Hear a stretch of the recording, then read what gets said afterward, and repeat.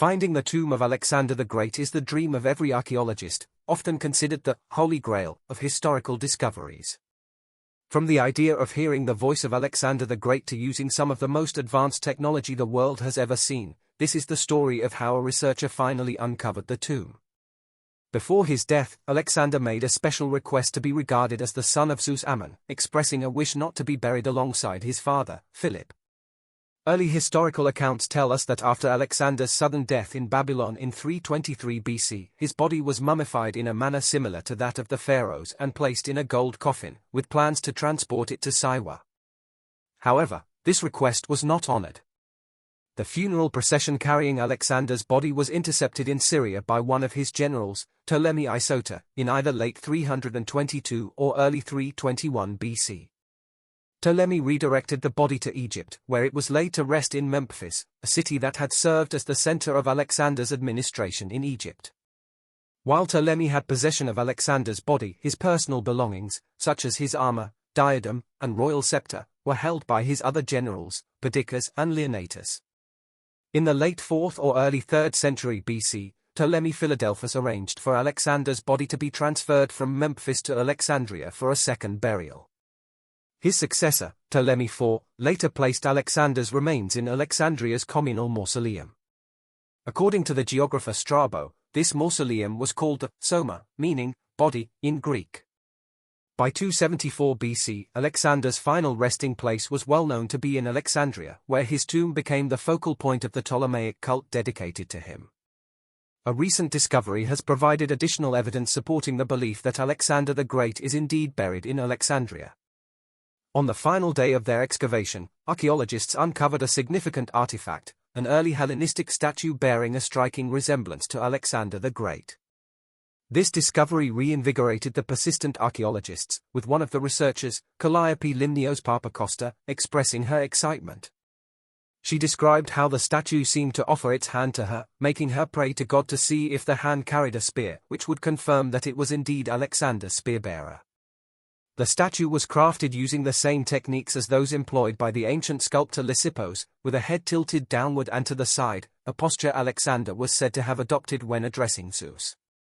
As Plutarch noted, Alexander would often gaze downward at an angle and say, "I belong to the earth, you take care of Olympus." Papacosta reflected on the remarkable luck that led to the discovery of this statue, a long sought-after relic for many archaeologists. The magnificent Greek marble statue, universally recognized as a portrayal of Alexander the Great, is now on display at the National Museum of Alexandria. Papacosta has a history of significant discoveries in Alexandria. In 2015, her team, the Hellenic Institute for the Research of Alexandrian Civilization, unearthed a substantial public structure dating back to the Ptolemaic era. Among the discoveries was a carved tunnel buried 10 meters, 30 feet, underground. Papacosta highlighted the importance of this find, noting that it belonged to the royal quarters of the Ptolemies, a structure mentioned in historical records. 2 years later, a more groundbreaking revelation occurred, providing further evidence that Alexander's tomb was nearby. The archaeologists uncovered the ancient Alexandrian royal quarters near the junctions of the ancient city, aligning with Papacosta's expectations.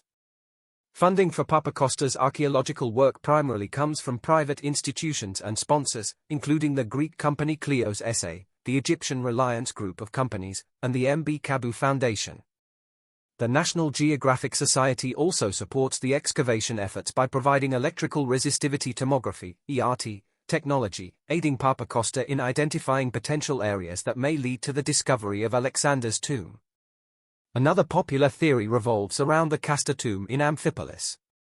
This theory is based on the discovery and exploration of a massive ancient burial mound, dating to the late 4th century BCE, which coincides with Alexander's death. The Castor tomb is one of the most elaborately decorated tombs ever found in Greece and contains numerous artistic and architectural elements that suggest it was intended for individuals of great importance. The tomb was first excavated in 2012 by a team of Greek archaeologists led by Katerina Peristeri. The burial mound is enclosed by a circular wall measuring 500 meters, 1,600 feet, in circumference and contains 4 chambers, accessed through a grand entrance guarded by 2 sphinxes. Inside, archaeologists discovered 2 splendid caryatids, sculpted female figures, each with one arm outstretched in a gesture meant to deter intruders. Additionally, a mosaic floor depicting the abduction of Persephone by Hades and a marble door leading to the innermost chamber were found. The tomb is adorned with various symbols and motifs associated with Alexander and his dynasty, including rosettes, suns, stars, shields, and Macedonian crests.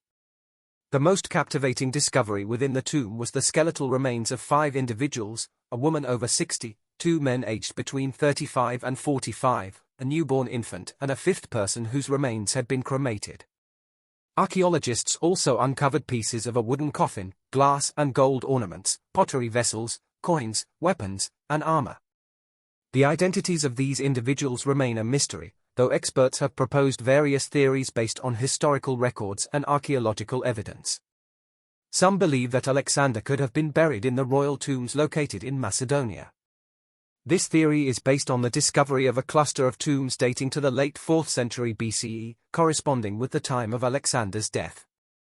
Inside one of these tombs, archaeologists found 2 chambers, one containing a stone sarcophagus with a gold larnax chest, holding the cremated remains of a man, and the other chamber containing another gold larnax with the cremated remains of a woman. The walls of the tomb are decorated with a vast array of paintings, sculptures, and symbols closely tied to Alexander and his accomplishments. Among the depictions is a lion hunt, a favored pastime of both Alexander and his father, Philip. Throughout the tomb, one can observe rosettes, stars, and suns, symbols denoting royalty and divinity. Shields, helmets, and Macedonian crests, representing martial prowess and the dynasty's identity, are also present. It is widely believed that the man buried in Tomb 2 is none other than Philip II, Alexander's father, who played a crucial role in unifying Macedonia and paving the way for Alexander's conquests. Yet, the enigma remains: if Tomb 2 is indeed Philip II's final resting place, where then are Alexander's remains? Some scholars have suggested the possibility of his burial in Tomb I, a simpler grave that may have been looted in ancient times. However, this tomb features a remarkable wall painting portraying the abduction of Persephone by Hades, suggesting it may have been constructed for someone revered as a deity or hero after their death. Furthermore, the tomb shows signs of a shrine or altar nearby, implying its use as a site of reverence and pilgrimage. This belief is supported by several factors, including the tomb's location and orientation, which align with descriptions provided by ancient visitors to Alexander's tomb in Alexandria. The depiction of Persephone in the painting is linked to Alexander's journey into Egypt and his visit to the Siwa oasis, where he was named the son of Zeus Ammon. The painting carries additional significance in relation to Alexander's death and subsequent deification, symbolizing his transformation into a god by his people, who believed he joined his father Zeus in Olympus. The shrine or altar may have been established by Alexander's successors or admirers to honor his memory and seek his favor. The name Alexander the Great echoes through history, symbolizing unmatched military prowess and conquest. Born in 356 BC in the ancient city of Pella, Alexander became one of the world's most extraordinary military leaders. His journey from a young prince to a legendary conqueror continues to fascinate and inspire. Alexander's upbringing was exceptional. As the son of King Philip II of Macedon and Queen Olympias, his education was entrusted to the renowned philosopher Aristotle. Under Aristotle's mentorship, Alexander developed a sharp intellect, a thirst for knowledge, and a deep appreciation for literature and philosophy, shaping his worldview and military strategies. In 336 BC, tragedy struck when King Philip II was assassinated, and at the age of 20, Alexander ascended to the throne of Macedonia, inheriting a kingdom poised to become a major power in the ancient world. He swiftly suppressed internal uprisings and consolidated his rule, demonstrating leadership far beyond his years. His ambitions soon turned eastward toward the vast Persian Empire ruled by King Darius III. In 334 BC, Alexander began his campaign in Asia Minor, marking the start of his legendary Persian conquest. Leading from the front at the Battle of Granicus River, Alexander's tactical brilliance and bravery led to victory despite being outnumbered. The battles that followed were nothing short of astonishing. In 333 BC, at Issus, Alexander decisively defeated Darius III in a fierce clash that forced the Persian king to flee the battlefield, abandoning his family and treasure. This victory solidified Alexander's reputation as an unstoppable force. Yet, it was the pivotal Battle of Gaugamela in 331 BC that would permanently etch his name into history. Facing a massive Persian army, Alexander executed a masterful strategy, exploiting Darius's weaknesses and leading his forces to a resounding victory, resulting in the collapse of the Persian Empire. With Persia under his control, Alexander's ambitions expanded further, and he continued his march eastward, conquering one territory after another.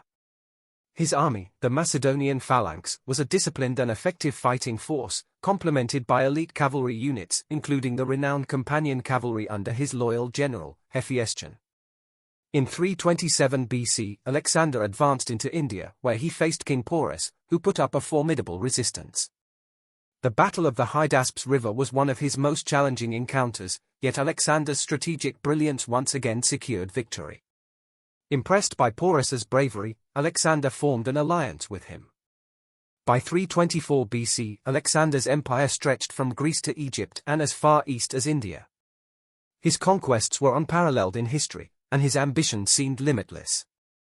However, his troops were exhausted, and the long campaigns had taken a toll on their spirits. Alexander's health began to decline, but his determination remained unwavering. In the spring of 323 BC, while staying in the palace of Nebuchadnezzar II in Babylon, Alexander fell gravely ill. His condition rapidly worsened, and it became clear that his extraordinary life was nearing its end. As news of his illness spread, his loyal soldiers, who had followed him on countless campaigns, gathered anxiously outside the palace, hoping for their leader's recovery. In his final moments, Alexander is said to have called upon his generals and closest companions, expressing his last wishes with great effort, asking them to meet him in the afterlife as good and valiant men. Overcome with grief, his generals knew they were witnessing the loss of one of history's greatest conquerors. On either June 10 or 11 in 323 BC, at the age of 32, Alexander the Great took his last breath. That's all for today. If you liked the video, please subscribe to Exploration Nexus for more amazing discoveries.